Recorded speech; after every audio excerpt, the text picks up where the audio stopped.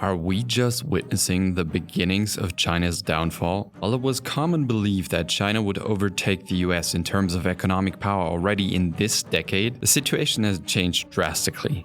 A housing crisis, a public debt crisis, an ideology-driven productivity slowdown, and ever ongoing discussions about a potential military conflict darken the outlook. In this video, we'll take a look at China's biggest underlying problems. This is Geopolitics, where we take a closer look at everything business, tech, and life. Sit back and enjoy. To understand some of the politics and sentiments, it's important to take a closer look at China's recent and not so recent history. China likes to see itself as the so-called Middle Kingdom, with China as the center and all other peripheral countries, especially Western ones, as barbaric, and their systems as politically, culturally, and economically subpar to China's. Over a period of just over 2 millennia, from ancient times to mid-19th century, China had the world's greatest economic power, largest contiguous economic area, highest per capita income, and highest standards of living. However, various problems around corruption, rapid population growth, and opium consumption driven by the West led to the so-called Opium Wars. After that, Western nations had an almost semi-colonial grip on China and forced several trade decisions on them. In 1949, the founding of the People's Republic of China by Mao Zedong ended the so-called Century of Humiliations. But the real change came on the 18th of December in 1978 with transformative legislative reforms of opening up to the world. After Mao's death, Deng Xiaoping rose to power and later would become known as the architect of modern China. Under Deng's leadership, China abandoned the Soviet-style ideological strictures of the past and embraced policies founded on practicality and experience under the rubric of reform and opening. These policies unleashed the creative and entrepreneurial potential of the Chinese people and allowed China to break out of its self-imposed isolation. The strategy worked and led to a remarkable period of economic and social development unprecedented in human history. China's GDP grew from 150 billion in 1978 to almost 18 trillion in 2021. China's economy grew quicker than that of any other major country. Foreign direct investments in China grew 314-fold to 135 billion, but also China's own foreign direct investment grew almost 3,000-fold to 130 billion, signaling the country's ambition to be a driving power in global development. Once a poor country, it has now grown to the country with the second biggest GDP after the US and is a major export giant for manufacturing goods, exporting more goods than Germany, while at the same time importing the second most goods globally, second to the US only. Since China opened up to private companies, millions of workers have moved from rural areas to China's many megacities. The gap between poor and rich has increased, but so did overall prosperity. The World Bank estimates that China has lifted more than 800 million people out of absolute poverty since the reform and opening up policy began. Xi Jinping even declared it eliminated in 2020. Initially, the growth of China's economy was massively driven by its character of being a low-wage global workbench. The latest transition that China now aspires is their transformation towards a high-tech economy by 2049. Now, however, China seems to be overwhelmed by an ever-increasing and never-ending wave of problems, both domestic and international. These problems could not only lead to a significant decrease in economic growth, but actually to severe political instability and even war. Now, what are these heavy headwinds that China is facing? First, there is the current political leadership with Xi Jinping in its center. One major driver for an economic woe is Xi and his ideological agenda since his rise to power in 2012. Initially, Xi positioned himself as a big reformer, trying to boost China's economic growth even further, increase entrepreneurship, and transform state-owned companies to act more like private profit-oriented companies. He further laid out visionary plans to transform China to the high-tech global superpower it has always deserved to be.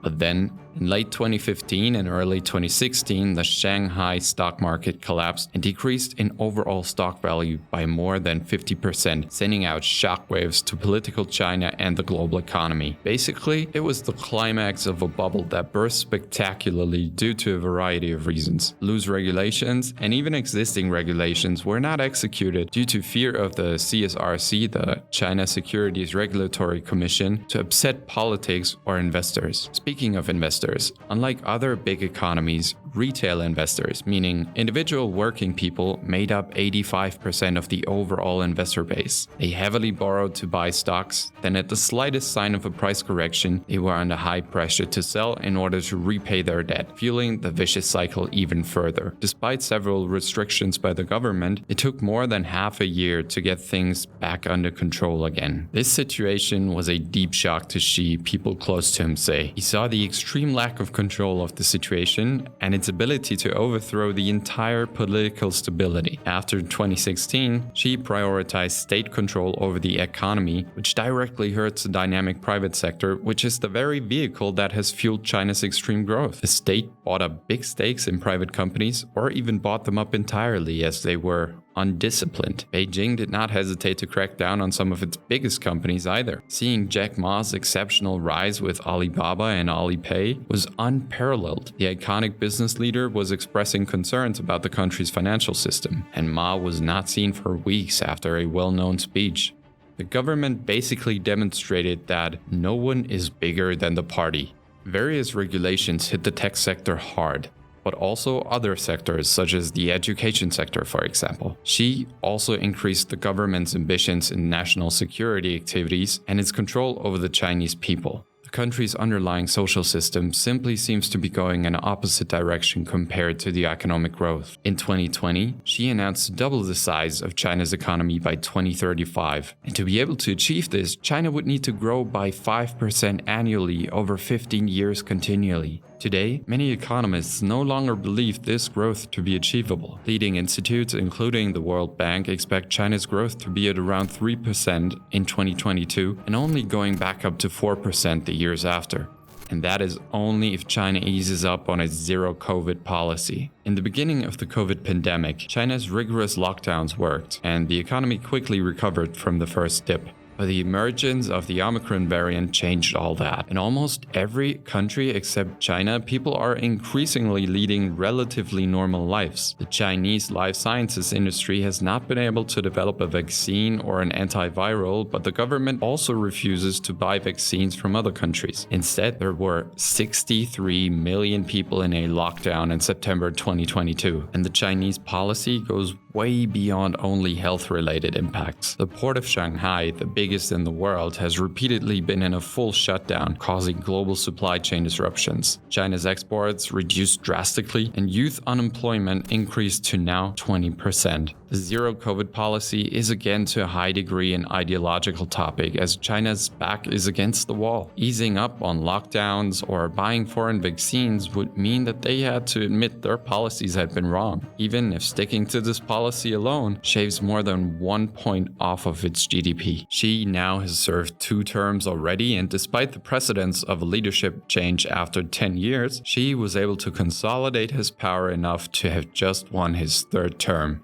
Following ongoing tensions between the US and China, Xi holds true to his ambition to increase China's military expenses. However, he also reverted Xiaoping's opening up to the private sector and wants to reduce the reliance on foreign technology, focusing on state-owned companies to lead the way in semiconductors and artificial intelligence. This shift leads to slowdowns in productivity, wage growth, weakness in China's financial markets, and more foreign companies shying away from investments in China as they seem more and more risky. The 2022 report from the Atlantic Council's Geoeconomics Center and Rhodium Group now sees China to stay even below 3% annual growth due to a shrinking population and weak productivity. An analysis by the International Monetary Fund, or IMF, estimates the productivity growth to be just 0.6% since Xi took over in 2012. Over the 5 years prior to his reign, it averaged 3.5%. According to the IMF, this is driven by the increase in state-run companies, which are only 80% as productive as private companies. For example, PetroChina has more than 400,000 employees, 6 times more than ExxonMobil. Based on return on assets, ExxonMobil is roughly 3 times more profitable than PetroChina, with more than twice the revenue for each full-time worker. A study by the Atlantic Council and Rhodium shows that despite China's official reports highlighting high foreign direct investments, or FDIs, the FDIs proportional to GDP have declined to 21%, down from 30% when she took over.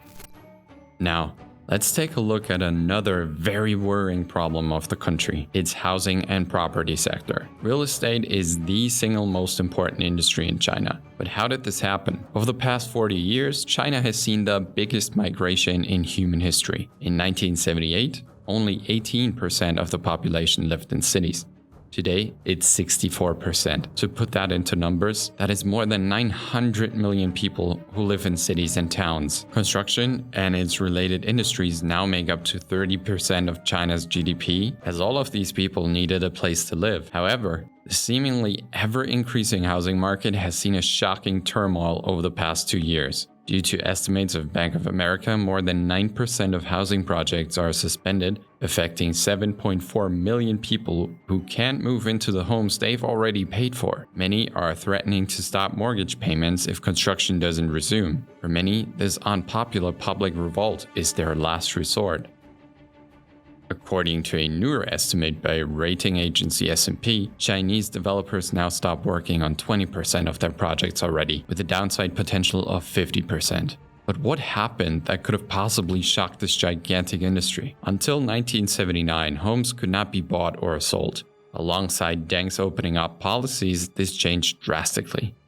For the first time in decades, Chinese citizens were allowed to own real estate and construction boomed.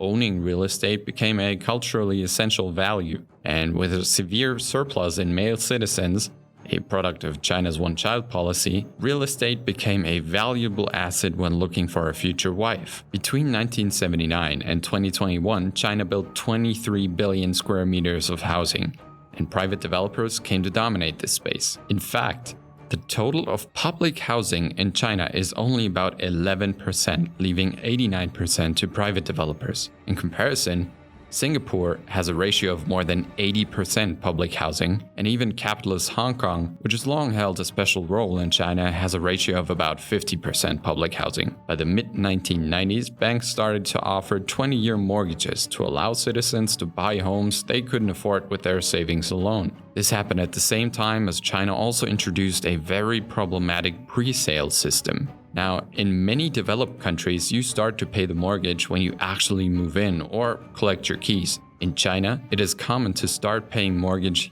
years before moving into the new home. In this new system, developers didn't need their own funding until finalization, but could rely on project-related funding before even one brick was laid down. However, many developers quickly used the cash flow from pre-sales and used it to severely over-leverage their company by borrowing against the funds that were tied to projects they haven't even began to build. Basically, they created a massive real estate Ponzi scheme, in which they didn't use the money intended to build the project to actually build it, but took it as deposit to borrow much more to start even more projects. Although there were laws that required companies to keep at least 50% of the pre-sale funds for liquidity reasons, local governments were all but happy that the developers were creating so much new growth projects and essentially looked the other way. Some local governments later claimed that this was Beijing's guidance. Despite all that, citizens have not perceived this system as risky. But everyone had major trust in developers being able to finish projects on time. Now, what has changed? Why can developers all of a sudden not complete their projects? And how is it's happening to so many at the same time? One extreme example of a Ponzi scheme developer is Evergrande, which quickly grew to one of China's biggest real estate developers. Real estate developers in China are buying land from local governments. Local governments are a key economic actor in China. They are the people who decide whether or not to build an industrial park over here, a factory over there, real estate development somewhere. So these developers buy their land, build apartments on the land, and they sell the apartments to customers before they've built them. The home buyers need to make an advance payment. Evergrande has allocated the funds to other areas, which in turn has caused the projects to be stalled, which will then anger these home buyers. In late 2021, Evergrande became the first Chinese private developer to partially default. It has built up debt of more than $300 billion, which is around 2% of China's GDP.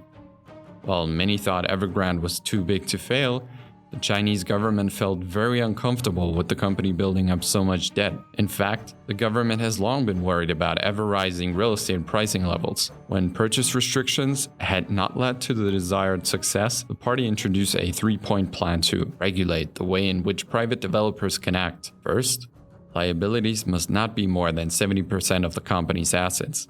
Second, net debt must not be higher than the company's equity. And third, money or cash reserves must be at a minimum of 100% of short-term debt obligations. Unfortunately, Evergrande breached all of these three red lines and due to that lost its liquidity and eventually missed to pay interest rates on its debt by mid-2021. Subsequently, it was of course also unable to finish the majority of its open projects. While the government certainly meant well, the implementation ultimately led to one of the giants defaulting, and with it starting a public confidence domino effect on many other project developers. In short, people doubted the ability of these other developers to deliver and stop buying. But next to the disruption in new housing projects, there's also the catastrophic valuations of the existing ones. The Chinese economy is officially about 3/4 the size of the US economy or the European economy. So in theory, if American real estate were correctly valued, Chinese real estate should be about 3/4 the value of American real estate.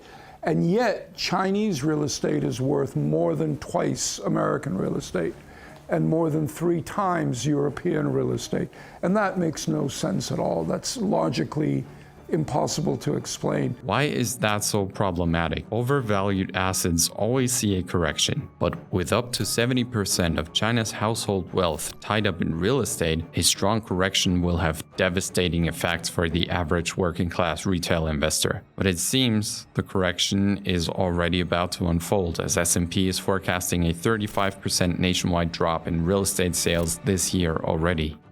But citizens aren't the only ones piling up debt. Another problem are the so-called LGFVs, or local government financing vehicles. Especially in the aftermath of the 2008 global financial crisis, China used them to pay for massive infrastructure projects and drive overall growth over the last decade. It spent billions on billions in projects that included railway, road, irrigation, and airport construction. While this led to short-term growth, it was built on taking up massive amounts of debt. While it's said that around 50% came from own funding, experts believe that the majority of their self-raised funds came from so-called shadow banks, unofficial groups that in turn officially borrowed the money from banks. This way it doesn't show up as debt within the infrastructure projects. Now, with the property market's decline, many developers stopped or significantly decreased the purchase of land, which is already down 48% by area. This poses a severe problem for LGFVs, as it was a typical way in which local governments rebalanced their books. The debt of local governments now amounts to roughly $8 trillion and poses an imminent risk of defaulting. When that happens, China's whole economy, and with it the global economy, could face a grim financial crisis. While these bonds have guarantees, they are in fact only guaranteed by the local governments and not explicitly by Beijing. Many now look to the capital Beijing and expect China's government to actively manage this threat and leave no doubt that it will not let a major bond default of local governments happen. Despite implicit Beijing guarantees, there is less credibility compared to a few years ago. There were also implicit guarantees on shadow banking loans which Beijing backed out of and let the defaults happen from 2012 to 2016. When the credibility of guarantees on LGFV bonds evaporates, almost half of China's corporate bond market will suddenly face new credit risks. Refinancing for these firms will be extremely difficult as the average duration of their bonds has declined from 5.5 years in 2016 to only 3.3 years in 2022. If LGFVs are unable to refinance their debts, most of the mechanisms for implementing Beijing's fiscal policy will become basically inoperable, because these are the entities that actually build local infrastructure projects. A bailout of LGFV debt and other forms of local government debt will become a necessity very quickly.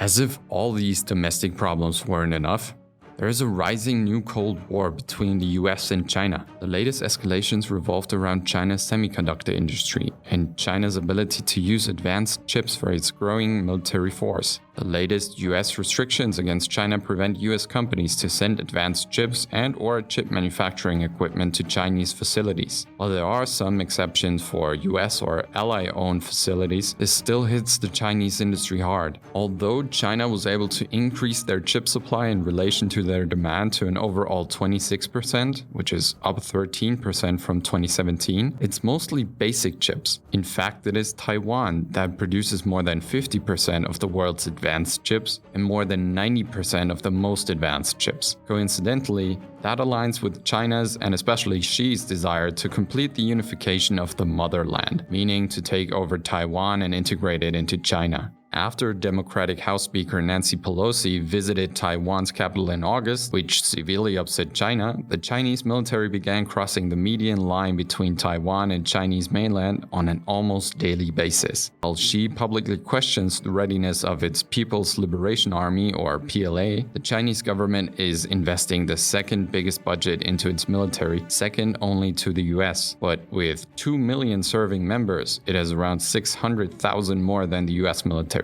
Despite some technological wins of having hypersonic missiles or a sophisticated drone program, PLA has close to no real-world experience in warfare. In fact, its ideology-driven and top-down system of command could lead to similar results as Russia's military has experienced in the Ukraine as of late. Again, driven by Xi, around 40% of a new recruit's training has involved studying about the Communist Party instead of actually learning how to fight. Nevertheless, it is Xi's ambition to modernize the military by 2035 and have a world-class force by 2049. A more dramatic timeline Xi has put out is the ability of their military to take Taiwan forcefully by 2027, which is just a few years from now. Up until now, international analysts see this as possible. It remains to be seen how the domestic problems play into these plans. During times in which China publicly voices that it intends to use military force in order to reach its goals, what would be a better distraction from domestic problems than a military operation that will of course be promoted as righteous through and through? However, China had the opportunity to witness a similar situation and the global reaction to it in Ukraine. Many experts believe that both Russia and China have underestimated the ability of especially Western countries to build a united front against these military aggressions. US defense experts suggest that despite China asserting to take Taiwan still this decade, there is no indication they actually plan to do it. Russia's military demise will only have put more doubt in China's leadership if a direct military confrontation is the best solution. Now, it's important to keep in mind that China is not Russia and Taiwan is not Ukraine, but there are parallels that hopefully prevent a war in the South China Sea. Now, it remains to be seen where China is headed, but at the time of recording this video, China has abruptly delayed the publication of its GDP growth projections. This follows the trend of a stark decrease in the number of GDP-related publications since Xi took over. This is the latest in indicators of a slump in China's economy. Guys, we hope you enjoyed the content and found it entertaining. If so, please like the video and subscribe for more content. Don't forget to hit the bell icon to be notified for future content.